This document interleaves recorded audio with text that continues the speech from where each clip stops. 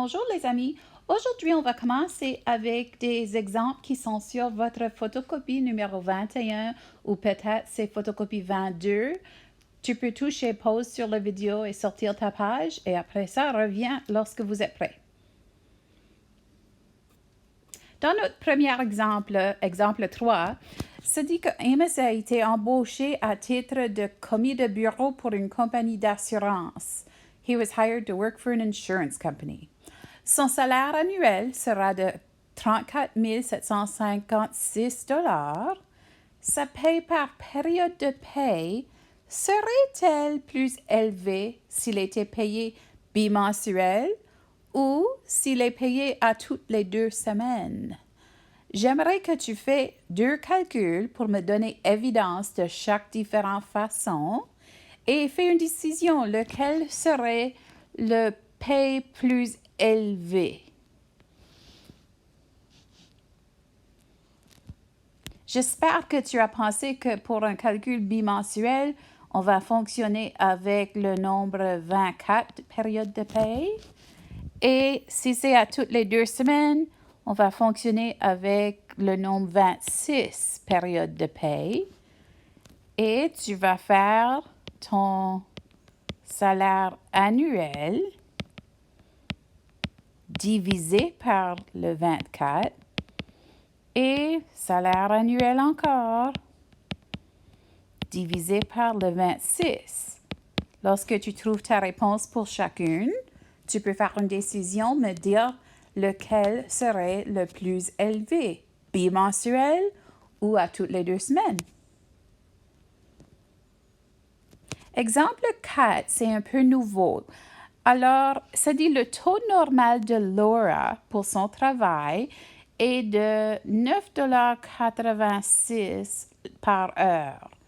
Elle travaille 8 heures par jour, mais elle doit travailler une journée supplémentaire pendant un jour férié.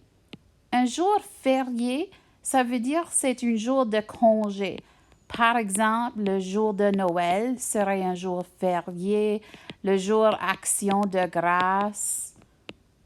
Ce sont des congés que souvent les personnes ne veulent pas travailler parce qu'ils préfèrent être avec leur famille. Et lorsque quelqu'un dit oui, je peux travailler ce jour férié, souvent l'employeur va donner un taux horaire un peu plus élevé parce que c'est difficile de trouver un employé qui veut travailler à ce jour. Alors, ça dit si elle travaille pendant un jour férié, le taux pour les heures supplémentaires correspond à 1,5 fois son salaire. Alors, quel sera son taux horaire pour ce jour férié? Ça va commencer avec le 9,86 par heure. Et maintenant, parce que c'est 1,5 fois son salaire pour les heures en prime, on va faire multiplier par 1,5. Et on va trouver sa nouvelle taux horaire. Voici le résultat de mes calculs. J'ai trouvé qu'elle va faire 14,79 $ par heure pour le jour férié. Si elle travaille pendant 8 heures ce journée, elle va faire son taux nouvel fois le 8 heures ce jour-là. Et tu peux faire le calcul et trouver combien qu'elle peut faire parce qu'elle travaille un jour férié. Et je veux juste revenir à exemple 3. Si vous avez fait les calculs, vous avez trouvé que le montant plus élevé par période serait lorsqu'on reçoit notre paye bimensuelle. Alors, vous avez maintenant des exemples de 2 choses nouvelles. Je vais continuer avec une autre chose nouvelle. On va discuter de la commission. Parfois, il y a des personnes qui travaillent à vendre des choses. On va vendre des autos, on va vendre des maisons. Il y a plusieurs différents travaux qui sont en vente. Et parfois, ils ne reçoivent pas un salaire ni un taux horaire. parfois, ils vont recevoir leurs revenus en pourcentage de leur vente. Et on dit que ça, c'est une commission droite. Alors, leur salaire brut est la commission qu'ils gagnent. Les autres vendeurs, parfois, vont avoir un salaire de base et aussi une commission.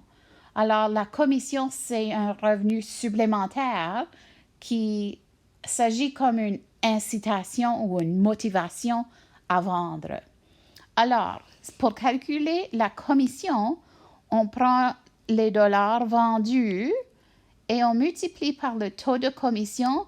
Ça commence en pourcentage, mais vous savez bien qu'on va toujours diviser ça par 100 et on va utiliser le format décimal.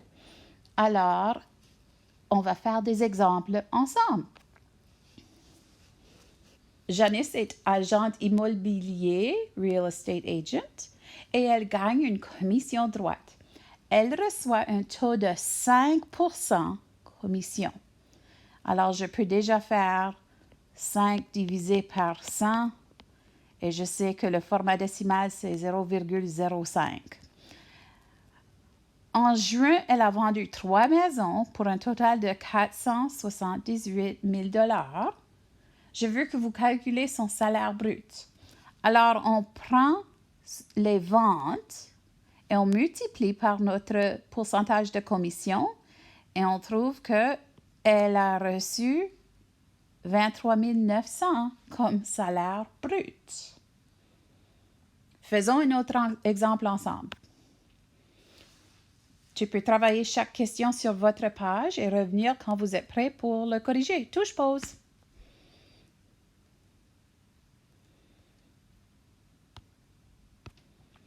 Et voici le corrigé pour chaque question. Alors, Craig a une commission de 3%. Il a vendu 12 700 et ça me donne une commission de 381. Mais n'oublie pas que s'il fait une commission et un salaire brut, et un salaire de base, je m'excuse, il faut mettre les deux ensemble et ensemble, ça fait son salaire brut.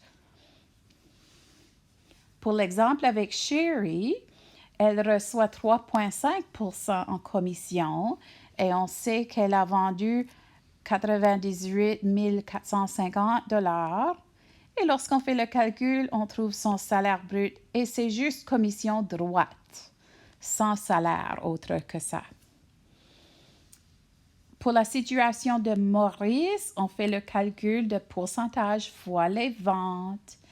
Et aussi, il reçoit un salaire de base de 400, alors on ajoute ça pour trouver son salaire brut de 746,75.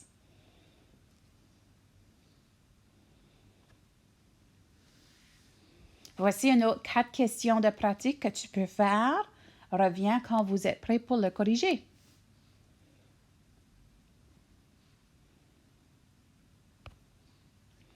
Et voici la réponse pour chacune de les questions. Si vous avez des questions et vous voulez savoir chaque petite étape, peut-être que tu peux demander à un de tes amis de mettre leur masque et de vous aider. On continue. Pour finir cette petite partie de notre unité à propos de les salaires, je veux réviser très vite qu'il y a différentes façons de gagner son salaire. On peut gagner par heure, on peut gagner par contrat et on va voir des exemples de ça dans la semaine qui suit. On peut recevoir un salaire, on a déjà vu ça. On peut gagner notre argent par heure et commission ou par salaire et commission. Et on va discuter de les pourboires dans la semaine qui s'en vient. Alors, il y a toujours des avantages à chaque situation et des désavantages. Prenez un moment juste pour lire ce qui sont les avantages et désavantages. C'est intéressant parce que lorsque tu travailles, c'est une bonne chose si tu comprends chaque situation parce que tu peux négocier pour avoir un meilleur salaire.